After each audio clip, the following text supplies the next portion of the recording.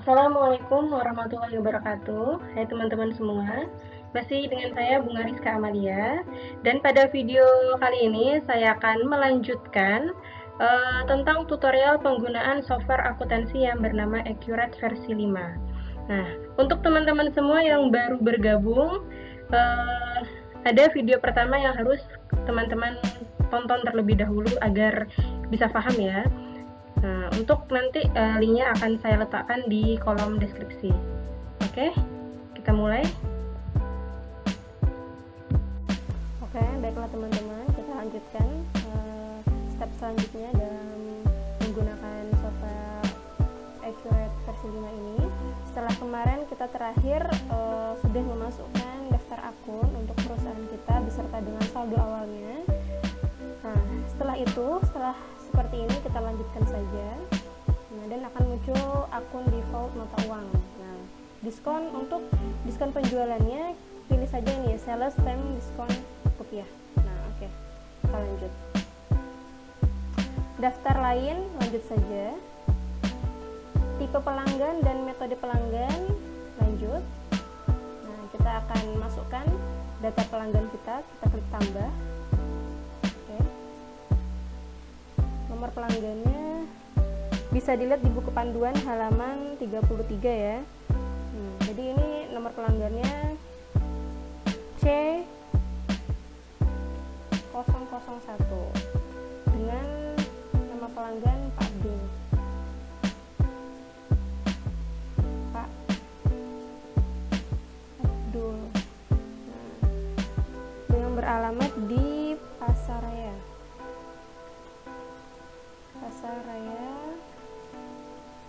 Padang. Oke. Klik oke. Nah, sudah masuk ke tabelnya ya. Ini tabel untuk pelanggan. Kalau misalkan teman-teman punya pelanggannya banyak, silahkan ditambah lagi gitu ya. Berhubung di buku ini kasusnya cuma satu pelanggan, ya cuma satu. Setelah itu masukkan saldonya berapa. Nah, saldonya ialah sebesar 500.000. Oke. Lanjut. Pemasok. Nah, kita masukkan juga data pemasok kita. Dengan nomor pemasoknya S001 atas nama Toko Jaya yang beralamat di Jalan Katip nomor 7 Padang. Oke kan? Setelah itu sudah masuk ke tabelnya, tabel pemasok, sama seperti pelanggan tadi. Kalau misalkan teman-teman punya jumlah pemasok yang banyak, silahkan dimasukkan semuanya. Nah, untuk saldo awalnya itu berjumlah 300.000. Oke, lanjut. Ini untuk kategori gudang dan kategori barang sama saja, kita lanjut. Akun default barang ini sudah persediaannya, belum. Mulai saja. Oh, ini sudah persediaan. Nah, untuk persediaan ini teman-teman tidak perlu diisi ya. Untuk persediaan ini tidak perlu diisi. Kita langsung saja ke aktiva tetap. Jadi jangan klik lanjut, tapi klik aja di tabulasi aktiva tetap. Tipe aset tetap kena pajak. Teman-teman masih ingat kan pelajaran perpajakan? Nah, di situ ada yang namanya golongan 1, golongan 2, golongan 3, golongan 4, apa lagi? Bangunan semi permanen, bangunan permanen, dan tanah. Nah, kita masukkan semuanya di sini ya.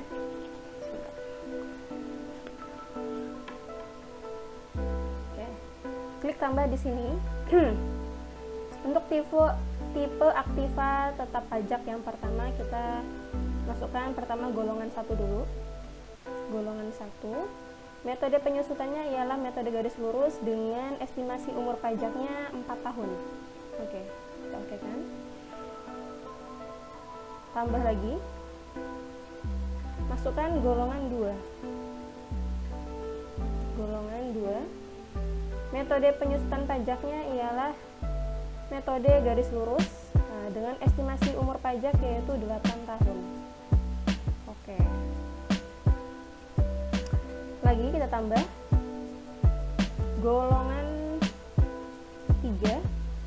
Metode penyusutan pajaknya ialah metode garis lurus dengan estimasi umur pajaknya 16 tahun. 16 tahun. Ini untuk tarif penyusutan pajaknya tidak perlu diisi karena ini sistem ya. Jadi nanti Accurate akan menghitung sendiri berapa tarif penyusutan pajaknya, berapa persen. Nah, seperti ini. Oke, nah ini kan. Tuh, di sini. Nah, metode garis lurus, nah sudah keluar nilai tukarnya 25% yang tadi. Nah, sudah sistemnya seperti itu. Golongan 3 sudah, kita tambah lagi golongan 4. Golongan 4 dengan metode penyusutan pajak, metode garis lurus dan estimasi umur pajaknya ialah 20 tahun. Oke. Tambah lagi. Ya, ini bangunan, maaf, hitung. Bangunan semi permanen. Oke. Metode penyusutan pajaknya ialah metode garis lurus dan estimasi umur pajaknya ialah 10 tahun. Oke. Selanjutnya bukan golongan ya. Tadi bangunan semi permanen. Oke, sekarang bangunan permanen. Metode penyusutan pajaknya ialah metodenya ialah metode garis lurus dengan estimasi umur pajaknya 20 tahun. Oke. Selanjutnya yang terakhir, tanah. Metode penyusutan pajaknya ialah, nah ini metode penyusutan untuk tanah ini berbeda dengan yang lain ya. Kalau yang sebelumnya kita tadi ada metode garis lurus. Nah, kalau misalkan tanah ini dia tidak terdepresiasi. Nah, kenapa? Karena tanah itu sifatnya semakin lama dia tidak mengalami penyusutan, tidak mengalami depresiasi. Ya, semakin lama tanah itu akan semakin mahal. Berbeda dengan aktiva lainnya, berbeda dengan bangunan, mesin, kendaraan. Itu kan semakin lama akan mengalami pengurangan kualitas gitu ya. Nah, kalau tanah itu berbeda, dia tidak akan mengalami pengurangan. Bahkan semakin lama dia semakin mahal gitu, nah, semakin berharga. Jadi tidak terdepresiasi. Maka estimasi umur pajaknya ialah 0 tahun. Oke. Nah, sudah seperti ini kita lanjutkan. Oke. Lanjut. Nah, tipe aset tetap. Nah, tipe aset tetap. Aset tetap yang kita punya itu ialah equipment ya. Tambah di sini. Tipe aktiva tetapnya ialah equipment.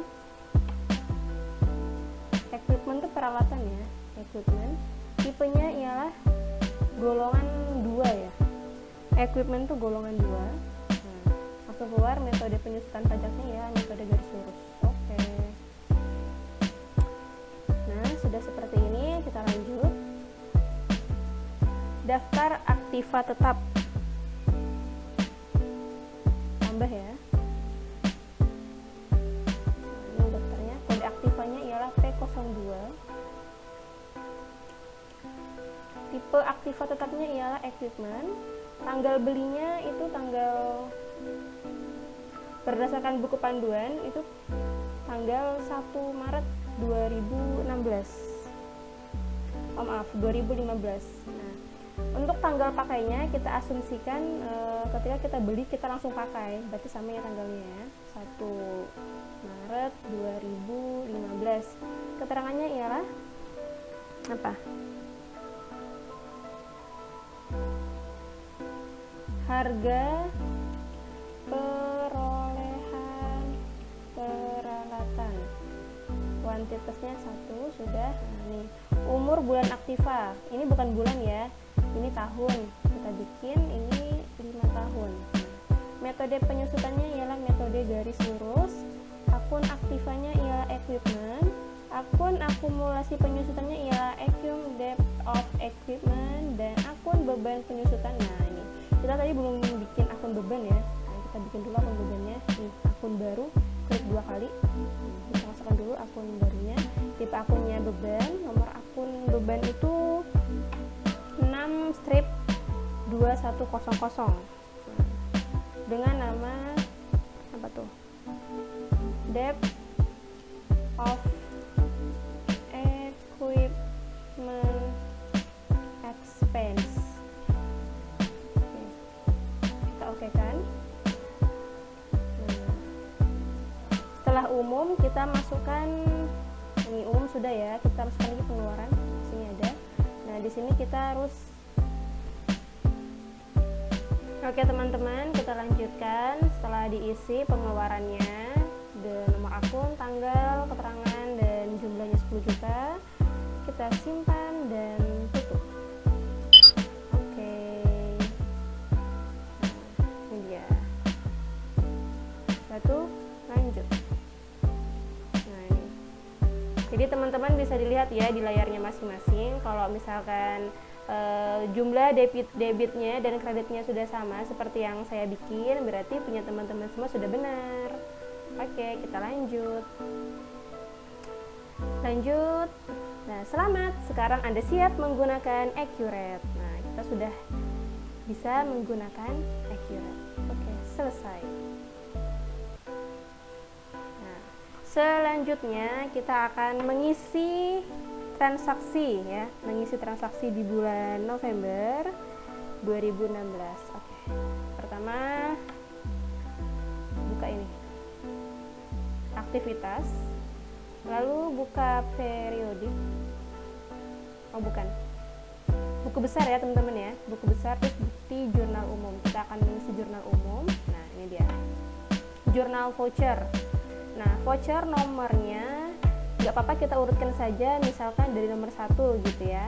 Nah, tanggalnya yang punya buku panduan silahkan dibuka halaman 33. Di situ ada tabel transaksi selama bulan November 2016. Nah, tanggalnya yang pertama ya tanggal 3 Desember 2016. Nah, deskripsinya ialah, saya bacakan dulu, keterangannya ialah membeli perlengkapan senilai 500.000 secara tunai. Oke, deskripsinya berarti membeli perlengkapan.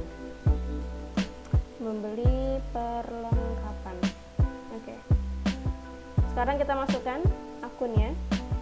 Membeli perlengkapan. Kalau kita membeli perlengkapan, berarti apa yang didebit? Perlengkapan. Perlengkapan bahasa Inggrisnya ialah surprise. Klik 2 kali. Nah, masukkan jumlahnya. Jumlahnya tadi ialah sebesar 500.000. 500.000 sudah pas ya. Enter. Nah, enter. Nah, kita masuk ke akun untuk bagian kreditnya. Oke teman-teman, kalau misalkan kita membeli perlengkapan, kita beli otomatis dengan duit. Nah, dengan duit berarti otomatis duit kita keluar. Nah, berarti yang dikredit ialah cash on hand. Yes. Cash on hand. Nah, sudah keluar juga angkanya sama 500.000. Oke. Jika sudah, kita bikin simpan dan baru. Klik simpan dan baru. Oke. Voucher nomor 2 ya. Pada tanggal 4 Desember 2016 menerima pendapatan servis sebesar 1.500.000 secara tunai. Berarti deskripsinya ialah pendapatan servis. Maaf, tipe ya. Pendapatan servis, service income. Servis bahasa Indonesia ya, servis. Untuk account nomornya pendapatan servis otomatis pendapatan, berarti uang kita bertambah. Nah, berarti yang didebit ialah cash on hand-nya. Klik 2 kali, senilai 1.500.000. Oke, enter. Apa yang dikredit? Tentu pendapatan itu sendiri. Oke. Pendapatannya belum ada ya, sepertinya. Pendapatan servis berarti service income bahasa Inggrisnya ya. Jadi dalam Accurate ini teman-teman juga harus tahu bahasa Inggris akun tersebut apa gitu ya, karena kebanyakan menggunakan bahasa Inggris. Karena nggak ada, kita bikin akun baru ya. Di sini klik akun baru. Nah, tipe akunnya ialah pendapatan ya. Pendapatan, cari di bawah pendapatan dia. Nah, nomor akunnya 4/1100.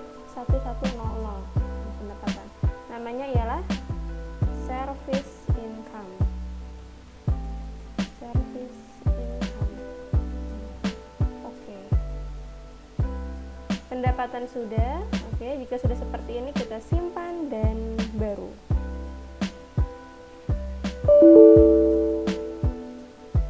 Tanggal lebih awal dari tanggal. Oke. Oh, tanggalnya 4 Desember.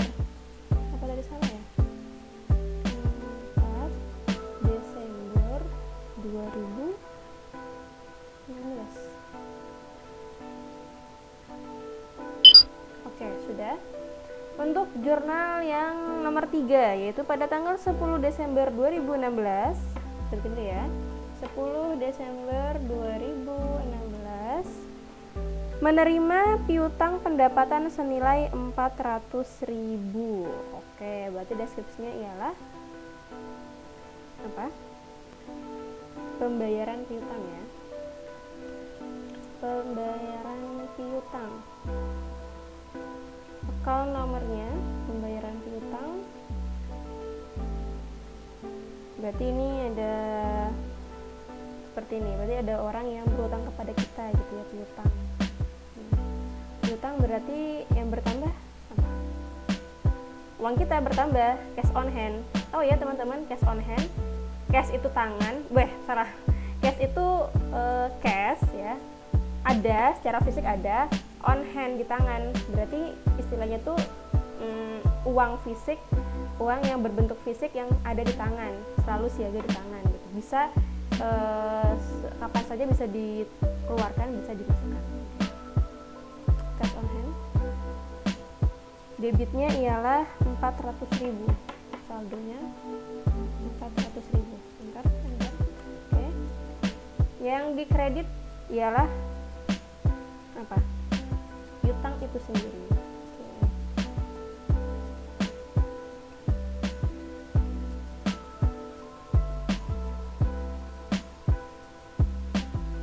Account receivable ya kalau piutang. Sudah masuk. Nah, seperti itu. Simpan dan baru. Subsidiary harus ada nilai. Oh iya, ini subsidiarinya harus ada. Kita buka subsidiarinya, silahkan digeser ke sebelah sini. Cara menggesernya seperti apa ya? Coba kita bergeser ke sini. Nah ini ada subsidiarinya. Siapa yang berhutang kepada kita? Kita buka. Nah ini dia Pak Abdul tadi yang kita masukkan ya. Pelanggan tadi ada utang kepada kita. Mesin Pak Abdul. Nah setelah itu simpan dan baru. Nah sudah bisa. Oke, untuk jurnal nomor 4 pada 15 Desember 2016 membayar biaya listrik, air, telepon senilai 300.000. Nanti membayar, berarti ini beban ya. Beban air, listrik, dan telepon. Account nomornya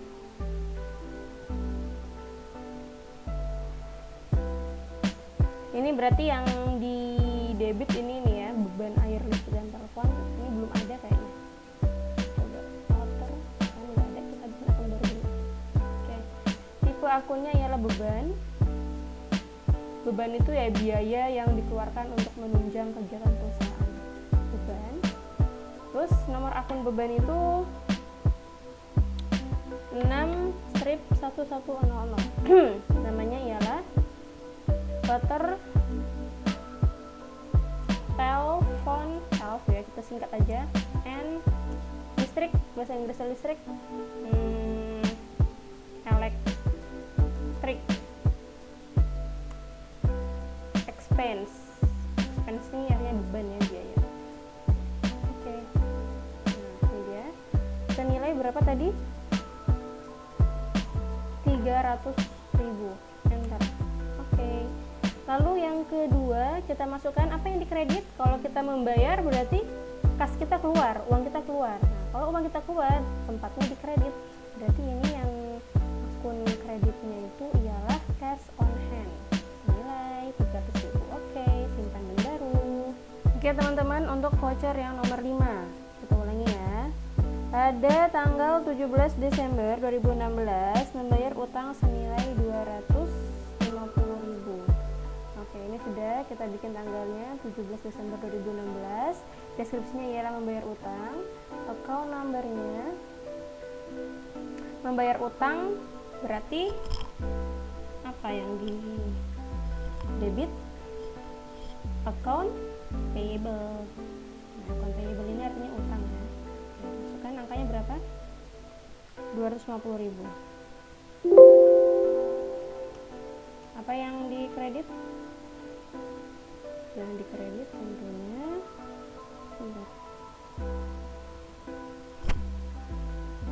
oke. Masukkan ya. Ini subsidiary ledgernya. Kita utang kepada Toko Jaya, masukkan dulu Toko Jaya. Masukkan satunya, bagian kreditnya. Apa yang dikredit? Kalau kita membayar utang berarti uang kita keluar, cash on hand. Nah, 10.000. Oke, simpan dan baru. Nomor 6. 20 Desember 2016, pendapatan servis 3 juta tunai. Oke, berarti 20 Desember 2016 pendapatan servis lagi ya. Servis income. Pendapatan servis. Oke. Account numbernya yang di debit berarti cash on hand karena pendapatan ya, cash kita bertambah senilai 3 juta. Enter. Jadi yang dikredit ialah pendapatan itu sendiri, yaitu service income. Service income. Nah, 3 juta. Oke, simpan dan baru. Selanjutnya jurnal nomor 7 ya, pada tanggal 30 Desember 2016. Oke. Membayar biaya gaji karyawan sebesar 3 juta. Berarti beban gaji karyawan ya. Account numbernya kalau beban gaji berarti yang di debit ialah beban itu sendiri. Nah, seperti beban gaji belum ada, kita belum menambahkan beban gaji. Beban gaji itu bahasa Inggrisnya salary expense. Kita bikin akun baru. Nah, tipe akunnya ialah beban. Beban itu biaya yang dikeluarkan ya, beban. Dengan nomor akun 6 strip 1200. Oke. Namanya ialah salary expense. Salary expense. Oke. Masukkan jumlahnya berapa? Membayar gaji karyawan sebesar 3 juta. Oke. Masukkan bagian kreditnya. Kalau kita bayar gaji karyawan, otomatis kita uangnya berkurang, cash on hand. Oke, simpan dan baru. Nah, untuk selanjutnya masih di halaman 33 ya, di bukunya silahkan dibuka. Itu kita diminta untuk menyusun jurnal penyesuaian. Nah, kita bikin saja di sini. Apa ya, jurnal. Jadi voucher nomor 8. Tapi penyesuaian. Tanggalnya itu ialah tanggal 31 Desember 2016. Nah, deskripsinya ialah jurnal penyesuaian. Teman-teman tahu nggak apa perbedaan jurnal umum dan jurnal penyesuaian? Oke, kalau jurnal umum itu fungsinya itu untuk mencatat semua transaksi yang terjadi pada bulan itu. Sedangkan kalau jurnal penyesuaian itu untuk menyesuaikan atau mungkin untuk mencatat, mungkin saja ada akun-akun yang terlewat yang belum dicatat pada jurnal umum. Nah, seperti itu, oke. Oke, yang pertama, nomor 1 ialah perlengkapan yang terpakai senilai 500.000. Jadi gini, kita punya perlengkapan. Nah, kita beli perlengkapan. Entah itu alat tulis kantor, entah apa, kita pakai sebulan itu, otomatis yang kita pakai sebulan itu bakal menjadi beban. Nah, itu harus ditulis. Nah, ditulis perlengkapan yang terpakai senilai 500.000. Nah, apa yang di debit? Beban perlengkapan. Beban perlengkapan bahasa Inggrisnya surplus expense. Apakah ada? Tidak ada. Kita bikin akun baru. Tipe akunnya ialah beban. beban dengan nomor akun 6-1300. Namanya apa tadi? Supplies ya, perlengkapan. Supplies expense, biaya atau beban. Oke, nah masuknya berapa tadi harganya? Harganya nominalnya 500.000. Bentar. Apakah yang dikredit? Yang dikredit ialah supplies itu sendiri. Oke, tambah supplies sudah ada, kita tadi di awalnya sudah bikin. Oke, ini tidak perlu simpan dan baru, kita enter saja lagi. Kita lanjut saja, bikin satu tabel seperti ini saja. Yang kedua ialah sewa untuk 1 tahun terhitung mulai Januari 2016. Nah, kalau kita menyewa itu kan prosedurnya kan kita bayar dulu ya untuk setahun. Nah, kita baru pakai sebulan. Nah, sebulannya itu yang harus kita catat. Nah, oke. Apa yang didebit? Beban sewa ya. Beban sewa bahasa Inggrisnya beban expense sewa rent expense. Apakah ada rent expense? Tidak ada, kita bikin akun baru. Oke, ini tipe akunnya beban. Nomor akunnya 6-1440. Oke, namanya rent expense, beban sewa. Oke, masuk. Berapa nominalnya? Di buku itu nominalnya ialah 41.666,7. Bentar, oke, seperti itu. Enter lagi. Apa yang dikredit? Beban sewa ya, sewa dibayar di muka ya. Yang dikredit sewa dibayar di muka. Sewa dibayar di muka tuh prepaid rent ya. Sudah masuk. Oke, enter. Lalu yang ketiga, penyusutan peralatan dengan metode garis lurus dengan umur ekonomis 5 tahun dengan nilai sisa 200.000, dibeli sejak Maret 2015 dan langsung digunakan. Nah, teman-teman, untuk penyusutan ini kita tidak perlu membuat jurnalnya, karena oleh aplikasi ini sudah disusun sendiri. Oke, kita lihat di sini ya, di aktivitas, terus di periodik, proses akhir bulan. Nah, kita bikin di sini bulannya bulan Desember ya. Ini kan tadi bulan Desember nih. Nah, kita bikin di sini bulan Desember, tahunnya 2016. Bikin oke. Oke.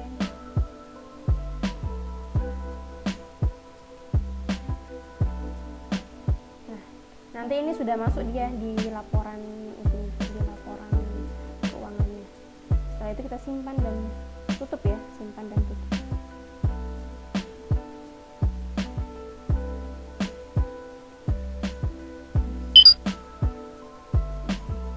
Nah, sudah selesai. Oke, sekarang saya ingin menunjukkan bagaimana caranya melihat laporan keuangan kita. Kita lihat di laporan ya. Ada tabulasi laporan, dibuka, diklik. Nih, daftar laporan. Neraca nih ya, neraca atau laporan keuangannya. Kita buka. Per tanggal berapa ini? 31 Desember 2016. Nah, ini dia neracanya. Dari aktiva, ada aktiva lancar, ada aktiva tetap, aktiva lain-lain, ada kewajiban dan ekuitas. Nah, semuanya balance ya, harus balance. Oke, sudah, ini laporannya, laporan neracanya. Kalau misalkan teman-teman mau lihat apa lagi, laba rugi, ini laba rugi. Laporan laba rugi kita bikin tadi tanggal 21 Desember 2016. Laporan laba rugi.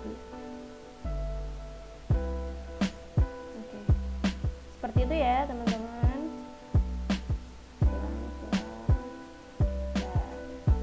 Baiklah teman-teman, demikian tutorial dari saya tentang penggunaan aplikasi akuntansi Accurate versi 5. Semoga dengan adanya video ini bisa menjadi ilmu yang bermanfaat untuk teman-teman semuanya. Banyak salahnya, banyak kurangnya, atau mungkin ada yang ingin ditanyakan, ada yang kurang jelas, bisa ditanyakan di kolom komentar ya. Oke. Terima kasih dan assalamualaikum warahmatullahi wabarakatuh.